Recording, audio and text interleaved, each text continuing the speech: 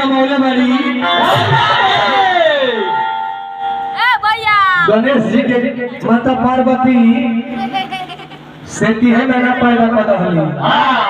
माई पार्वती भी गणेश के बेटा रूप में पावे खातिर बहुत कठिन तपस्या भगवान कन्हैया के कैली। भगवान कन्हैया जब खुश हो गए तो मैल के जोड़ा के एगो पुत्र के सृष्टि रची रही। आसानी से भगवान गणेश माता पार्वती के बेटा नहीं घर बन गई। बड़ा माई के तपस्या करे का पड़ रहे। तपस्या के फल स्वरूप तब कन्हैया बेटा बन के आई बड़े। और सबसे बड़का चीज प्रभाव के होला। जैसन संहत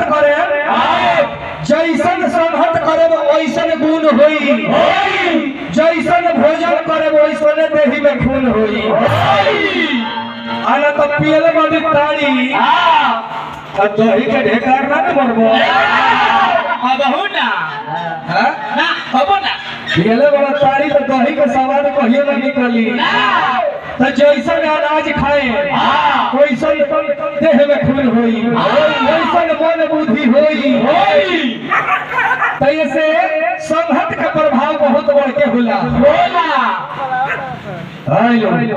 संहत कैले से मुसवा के गणेश जी के तो गणेश जी के लड्डू चढ़ावल गई तो मुसवो के टुकड़ी आवे के मौका। गणेश जी के अगरबत्ती धूप देखावल जाला तो धुआं मुसवो की हो।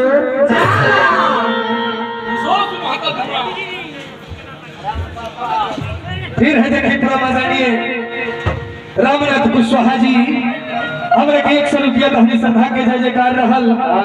हमारा तरफ से मानस मंडली के तरफ से समस्त कुशवाहा भैया लोग के हार्दिक हार्दिक वंदन अभिनंदन।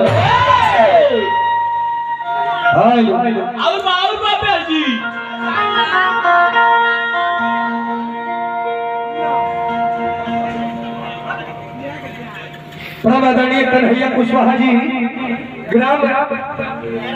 ग्राम प्रधान नियरवा 201 रुपया दिले बानी हमरा के। हमारा खातिर बाबू ले 2 लाख रुपया बा। माता रानी के कृपा बरकरार रहे। भैया का मर्यादा ऐसा ही ऊंचा बना रहे।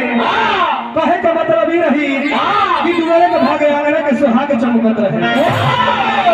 नारायण जी बनौले रहे रुआ के। बिल्कुल महादेव के कृपा दुआरा पर बरसत रहे। तो बाबू संहत का प्रभाव होला। अगर केतनो निमन लड़का हो 4 दिन चोर के संहत चल कॉलेज तो ना बैंक लूटी है नु तो महतारी के पेटी ताला चाबी जरूर पूरी है। बाबू के परसों 4 दिन के संहत में एगो लड़का को डॉक्टर के संग 2-4-6 महीना रह जाओ तो ना तो पढ़ के डॉक्टर हुई तो कहा लेकिन सुई होई देवे के कुछ टैबलेट के नाम जरूर जाने। बस कर है के जान चाहिए। एगो पियक्कड़ के संग अगर 4-5 दिन के होते थे तो निमन होके जाके 10 दिन बैठ न जाओ तो ना बोतल मरी है तो चूहा टोटिया के जरूर घिंचे लगे है। ओसे ना हो तो बुझा दे कि कब खाना में कितना पानी डाला। कैसा का प्रभाव है। तो ऐसे संहत निमन के करे के चाहिए। संहत निमन के बाद तो रौरा आदरणीय होगा कि पूजनीय होगा कि एगो मुंह से होकर पूजा गईले। काहे कि गणेश जी के संहत रहे। गणेश जी के परिवार ऐसा केहू का परिवार ना स्वयं महादेव देवाधिदेव महादेव राष्ट्रपति के पावर ले बड़े। राष्ट्रपति के पावर महतारी माता गौर पार्वती रक्षा मंत्रालय का पावर ले बड़ी। महादेव जी के बड़े लड़का कार्तिकेय जी सारा देवता लोग के अध्यक्ष यानी देवता लोग के अध्यक्ष होंगे तो वहां तक यानी कि कार्तिकेय जी के लगे रक्षा मंत्रालय में स्वयं महादेव सारा देवता लोग पहले अग्रणीय पूजा करनी। महादेव के लगे राष्ट्रपति पद, महतारी के लगे होम मिनिस्टर के पद, बेटा के लगे रक्षा मंत्रालय के पद, स्वयं महादेव गजानन देवता लोग अग्रणीय वो परिवार के बुढ़ाऊ के देखता नहीं क्या बारे ना मर्दिया के देह में जामा बा ना पैंट बा ना गोड़ में चप्पल बा ना जूता बा आ लिंगी उधारे मर्दऊ पर तो बोरले बा